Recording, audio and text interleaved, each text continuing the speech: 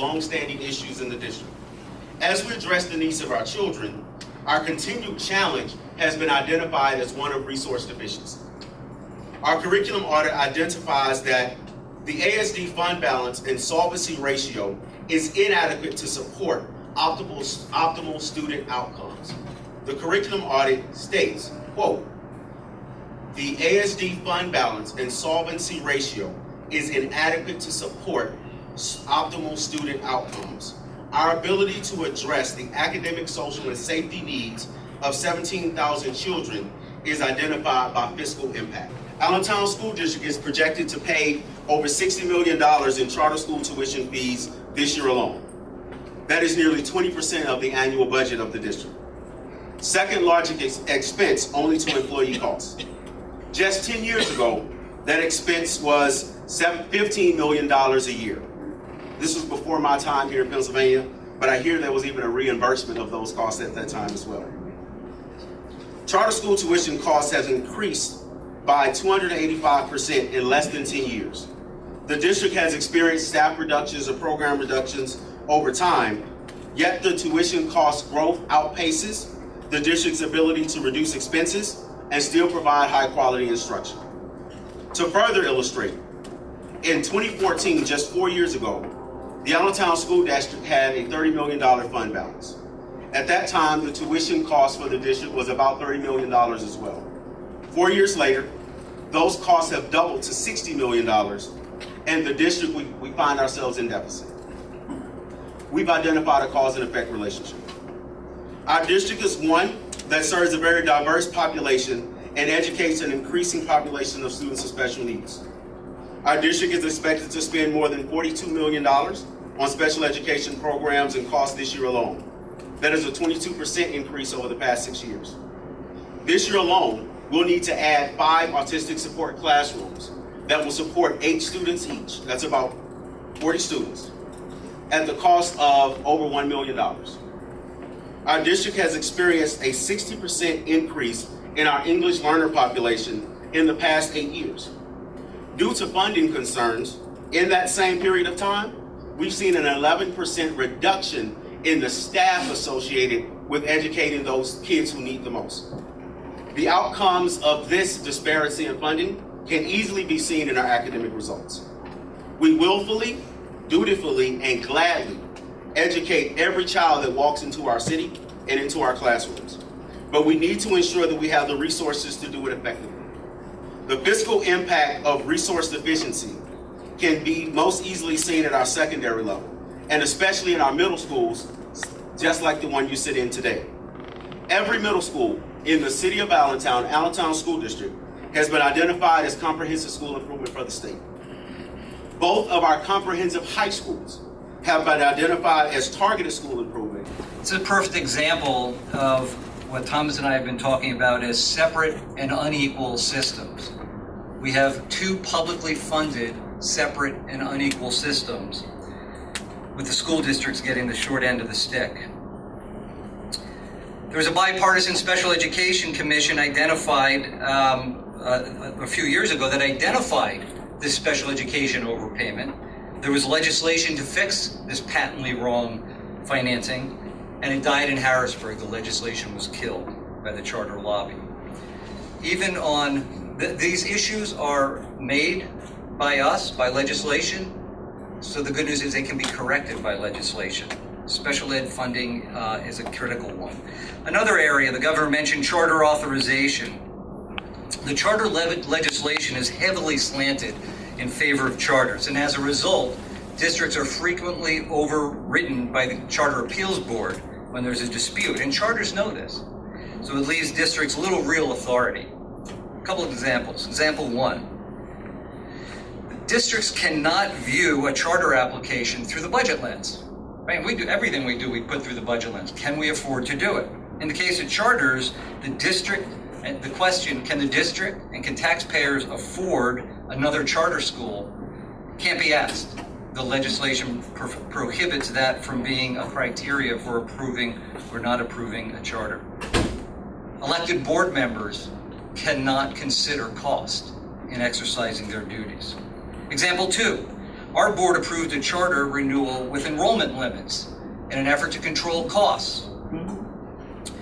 The charter wouldn't agree. The Charter Appeals Board overruled us, put into place a charter without limits.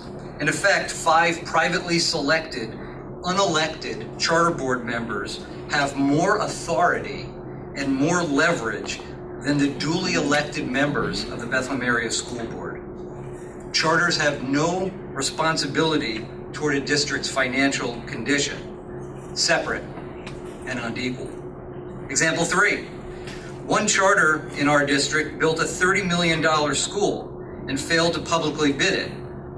And another is currently planning to build a $50 million, and the number's going to be higher in the end, of taxpayer money on a brand new building. That's $80 million in taxpayer dollars to pay to build 2 schools inside the BASD that the elected board of BASD has little to no control over. Areas where we are separate and unequal.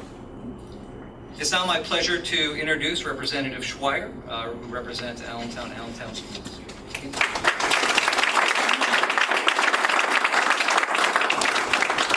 Well, good morning, everyone. I think we've driven home the fact that Ulysses S. Grant was President of the United States, so that takes at least 4 of my paragraphs away from earlier. So you're welcome. Now we're only left with about 7 or 8 pages. So you're welcome to all of our previous speakers. But I'm very proud to join everybody today. I think many of you in the room know that I'm a proud ASD dad. My oldest daughter, Sarah, is going to 7th grade at at South Mountain Middle School. And my youngest daughter, Erin, is going to 3rd grade at Lehigh Parkway Elementary School. And there are many reasons why we chose the Allentown School District. Number one, there's a neighborhood feel to our school districts. I mean, just look outside. I mean, most of our buildings here in the school district are in neighborhoods, and that neighborhood feel mattered to us. My daughters were able to walk to elementary school. We have a diverse student body here in Allentown that is far more reflective of the way America is going to look when my children are adults than they would in many other any other districts. So I'm very proud of that. That's another reason why we chose ASD. And frankly, we had a strong comfort level with the quality of education here in Allentown. Something that I think is dramatically overlooked by countless numbers of people inside the district, outside the district, in Allentown, outside of the Allentown, is that there is an outstanding educational opportunity for children here in Allentown. There is a tremendous educational opportunity for kids here in Allentown. And I want to thank all of the teachers in the room, all of the principals, all of the folks that have done such an incredible job of educating those 17,000 kids. Most importantly to me are Sarah and Erin. There's another reason why we chose Allentown Schools, though, is that if we had a problem, we knew we had recourse. We had a way to address it. As Mr. Sang, who was Principal Sang, knows, because Will was my daughter's principal before he was elevated to a place at Central Administration, we had no problems going to him if we had a concern. But I knew if that there was an issue beyond something that the principal could handle or a principal could address, we had our duly elected school board members that I could talk to, that I could address any grievance that I had over the direction of the school district. Now, when a potential charter school is applying to a district, it must demonstrate community support. They're poked and prodded in many ways. They have to demonstrate community support, financial solvency, and they have to explain their academic innovation, the reason why they're asked to be chartered. But frankly, once a charter is established, there is very limited oversight at that point in time. There's no school board member I could go to complain about the direction of a particular charter school. We have no idea if a charter school is using taxpayer money appropriately. Right now, we can go to PennWatch, which is a publicly available website. We can learn about all the stuff that's going on in our school districts. What we can't learn about is what our public charter schools are doing with those same resources. Folks may be right or wrong about their perceptions of any one particular charter school, but parents should have the right, the fundamental right, to know, to understand, and to believe that the charter school, if they choose a charter school, that it's the right thing for their kids because they have the data. And if they choose to keep their child enrolled in that charter school, they have the data to be able to make that decision moving forward. Just like I do as an ASD dad. I know the data of the schools that my daughters are going to. I have recourse if there's an issue. I know where the taxpayer money is going. Thank you for your years of support and advocacy for our public schools. One person who's not here today that I think also deserves a particular shout out is Representative Mike Schlossberg.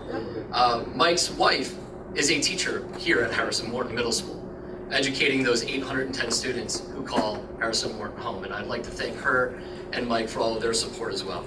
But mostly, Governor Wolf, I'd like to thank you and Secretary Rivera for your incredible advocacy for public education.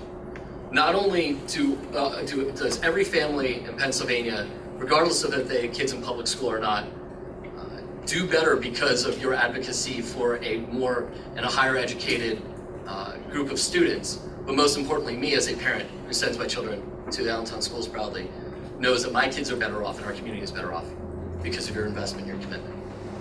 Now, without further ado, I'd like to introduce my friend, Mr. Secretary Pedro Rivera.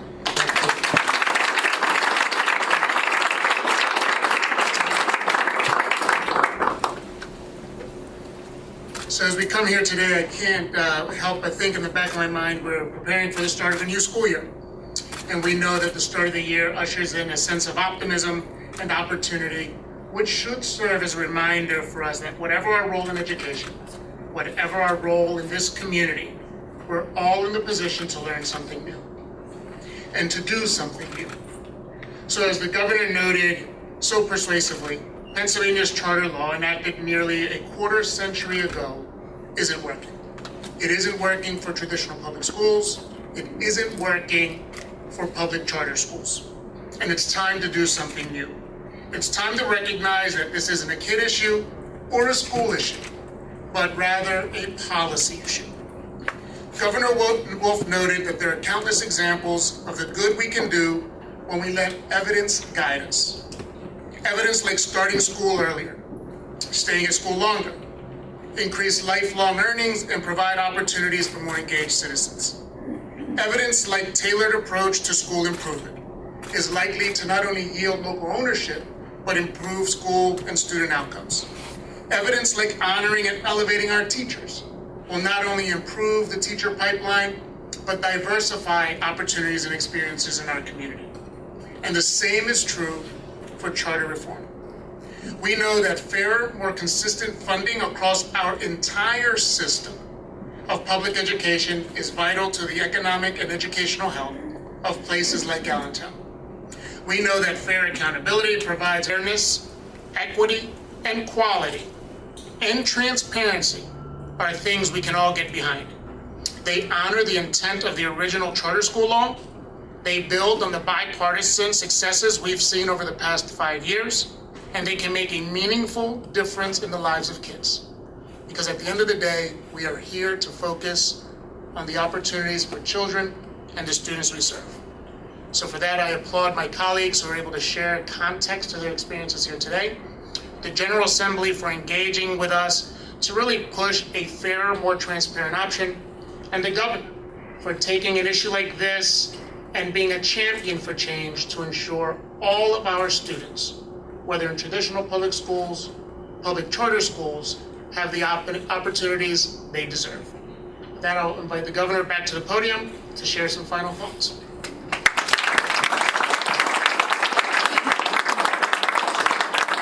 I just want to thank everybody again for being here and for the things that you've said, and also all of you for being here. This is an issue that we all have to deal with.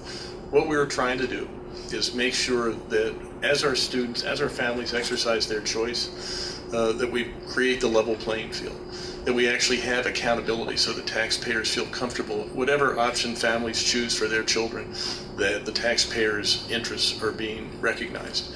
And finally, that we do what's right for the kids, that we make sure that the education that those children are getting wherever they go is as good an education as we need them, each one of us need them to have. That's what today is about, that's what these reforms are about, and that's what we're trying to do here. Thank you all for being here. I'll do a gaggle over here for anybody that has any questions.